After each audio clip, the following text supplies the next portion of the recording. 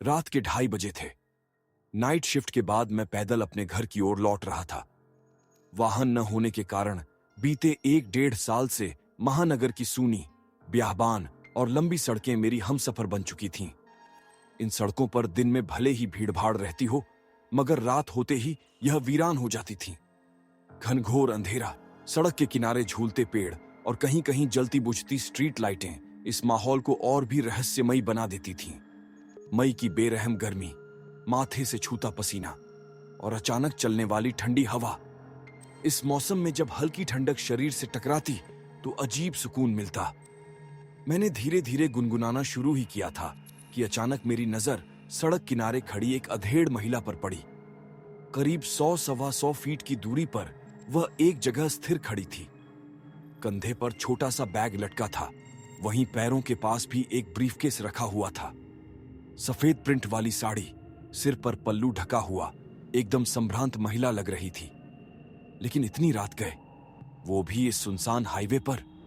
पहली नजर में लगा कि शायद किसी कारणवश बस छूट गई हो या घर का कोई व्यक्ति लेने आ रहा हो। लेकिन जैसे जैसे मैं उसके करीब पहुंचा, मेरा मन अजीब बेचैनी से भर गया। अजनबी महिला, अब मैं उसके इतने करीब था कि उसके चेहरे के भाव साफ देख सकता था। उसकी आंखें सीधी मेरी आंखों में गड़ी थीं। न कोई भय, न झिझक, न कोई घबराहट, बस एक ठंडी नजर जो सीधे मेरे भीतर उतरती जा रही थी। अचानक उसने बिना पलक झपकाए कहा, बहुत देर कर दी आने में। मैं चौंका। क्या ये मुझसे कह रही थी? क्या? मैंने रुकते हुए पूछा। महिला के होंठ हल्के से कांपे। फिर उसने धीरे से कहा, इतने सालों से इंतजार कर रही हूं। मेरा पूरा शरीर जैसे सुन्न पड़ गया। यह कौन थी और मुझसे ऐसा क्यों कह रही थी? मैंने खुद को संभालते हुए पूछा, आपको किसी की मदद चाहिए? इतनी रात गए यहां अकेली क्यों खड़ी हैं? उसने धीरे से सिर झुका लिया और फिर मध्यम आवाज में बोली, क्या तुम्हें सच में कुछ याद नहीं? अब मेरा धैर्य जवाब देने लगा, मैम, आप शायद किसी और को। मेरी बात अधूरी ही रह गई। अचानक ही उसके चेहरे का रंग बदलने लगा। सफेदी मटमैली पड़ गई, आंखें गहरे गड्ढों में तब्दील होने लगीं और होठों पर एक अजीब सी दरारें उभर आईं। वह अब एक महिला नहीं, बल्कि कोई प्रेतात्मा जैसी लग रही थी। अतीत की परछाइयां, अचानक ही सड़क पर अंधेरा छा गया। स्ट्रीट लाइटें झपक झपक कर बंद हो गईं। मैं जमीन में जड़ हो गया। महिला अब भी मेरी ओर देख रही थी, लेकिन उसका स्वर बदल चुका था। तुमने मुझे पहचानने में बहुत देर कर दी। और तभी जैसे ही उसने अपना हाथ उठाया, मेरे दिमाग में एक जोरदार झटका लगा। एक के बाद एक दृश्य मेरी आंखों के सामने कौंधने लगे। 3000 साल पहले का एक प्राचीन किला, रात का समय, और मैं एक शाही वस्त्र पहने युद्ध के मैदान में खड़ा हूं। मेरे सामने एक महिला है, वही जिसने अभी मुझसे बात की थी, लेकिन वो तब भी ऐसी ही दिखती थी, बिल्कुल नहीं बदली। मैं उसके सामने तलवार लिए खड़ा हूं और वह गिड़गिड़ा रही है, मत करो, कृपया मत करो। लेकिन मैं उसकी चीखें अनसुनी कर उसे मार डालता हूं। मेरी आंखें अचानक खुल गईं। मैं फिर से उसी सुनसान सड़क पर था, मगर अब सब कुछ साफ हो चुका था।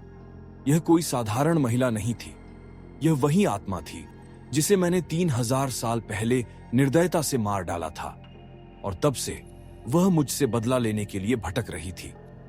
तुम्हें लगता था तुम्हारा पुनर्जन्म तुम्हें इस श्राप से बचा लेगा? उसकी आवाज अब चारों ओर गूंजने लगी। मैंने कांपते हुए कहा, मुझे माफ कर दो, मैं भूल गया था। पर मैं नहीं भूली, उसने ठंडी हंसी के साथ कहा, और फिर अपने पैरों से बंधी जंजीरें दिखाईं। इन जंजीरों को तोड़ने के लिए तुम्हें अपने पापों का प्रायश्चित करना होगा। कैसे? मैंने हिम्मत जुटाकर पूछा। वह मेरे चारों ओर घूमने लगी और फिर बोली, तुम्हें मुझे मेरा इंसाफ देना होगा, मुझे दोबारा जिंदा करना होगा। भूतिया सड़क पर अंतिम संघर्ष। अब मेरे सामने दो ही रास्ते थे, या तो भाग जाऊं और अपने पिछले कर्मों को अनदेखा करूं, या फिर उसके श्राप को खत्म करने का प्रयास करूं। मैंने धीरे धीरे अपनी जेब में हाथ डाला। वहां मेरा रुद्राक्ष पड़ा था। मैंने उसे कसकर पकड़ लिया और मन ही मन मंत्र जपने लगा। जैसे ही मैंने मंत्रोच्चारण शुरू किया, महिला चिल्लाने लगी, नहीं, तुम ऐसा नहीं कर सकते। लेकिन मैं रुका नहीं। धीरे धीरे उसकी आवाज धीमी पड़ने लगी और उसका शरीर धुएं में बदलने लगा। जमीन हिलने लगी, हवा भयानक रूप से चलने लगी। अचानक एक तेज प्रकाश हुआ और सब कुछ शांत हो गया। जब मेरी आंखें खुली तो मैं अब भी उसी सड़क पर था, मगर अब वहां न कोई महिला थी, न कोई अजीब ऊर्जा, सिर्फ खामोशी थी। मैंने एक लंबी सांस ली। शायद 3000 वर्षों का श्राप अब समाप्त हो चुका था। उसके बाद मैंने कभी उस रास्ते पर कोई अजीब घटना नहीं देखी और न ही कोई भूत या आत्मा मुझे फिर मिली। शायद उसने सच में मुक्ति पा ली थी और मैंने भी। दोस्तों, अगर आपको हमारी स्टोरी अच्छी लगी हो तो वीडियो को लाइक करें, चैनल को सब्सक्राइब करें, अपने दोस्तों को शेयर करें और हमें कमेंट में बताएं आपको किस तरह की वीडियो पसंद है। हम पूरी कोशिश करेंगे आपके डिमांड पर स्टोरी बनाने की, या फिर आपके पास कोई स्टोरी हो तो हमें शेयर करें। Subscribe my channel.